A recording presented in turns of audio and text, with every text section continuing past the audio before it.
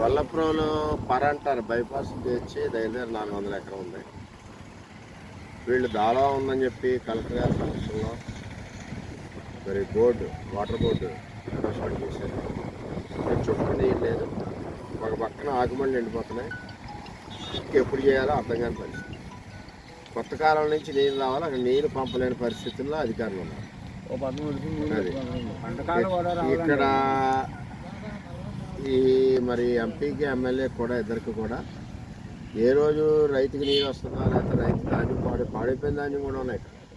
పాడైపోయినాయి, కొన్నారా లేదా, కొన్నాయి డబ్బులు ఇచ్చారా లేదా, ఎందుకు కొనట్లేదన్న ఆలోచన కానీ మన రైతుల మీద కానీ ఎక్కడా లేదు. చాలా దారుణంగా మరి సుమారు 400 ఎకరం ఉంది. ఇది 400 ఎకరం కూడా మరి వెంటనే నీరు ఇచ్చి ఆదుకోకపోతే దీని నష్టపరిహారం 30,000 చొప్పున ఇవ్వాల్సిన బాధ్యత ప్రభుత్వాన్ని ఉంటుంది. కాబట్టి తక్షణం నీరు ఇవ్వాలి. మీరు స్పందిస్తారు, చూస్తాం. 1-2 రోజులు లేదనుకుంటే కలెక్టర్ గారిని కలిసి మరి రిక్వెస్ట్ చేయడం కూడా జరుగుతుందని చెప్తున్నాం. ఇంకేదంటే పురుషోత్తపట్నం తెచ్చాము, అలాగే ఏలేరు ఆధునీకరణ తెచ్చాము 2వ ఫేజ్. ఆ 2వ ఫేజ్ని ఎమ్మెల్యే ఎంపీ కలిసి వద్దని ఉత్తరం రాశారు. ఎవడన్నా కన్నా సిగ్గుండాలి.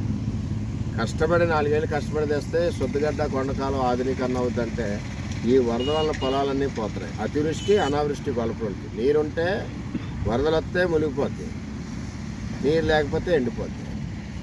తక్షణం నీరు ఇవ్వాలి గొల్లపురం రైతాంగానికి. ఇక్కడ అదేవిధంగా రైల్వే ట్రాక్ అవతల సూరంపేట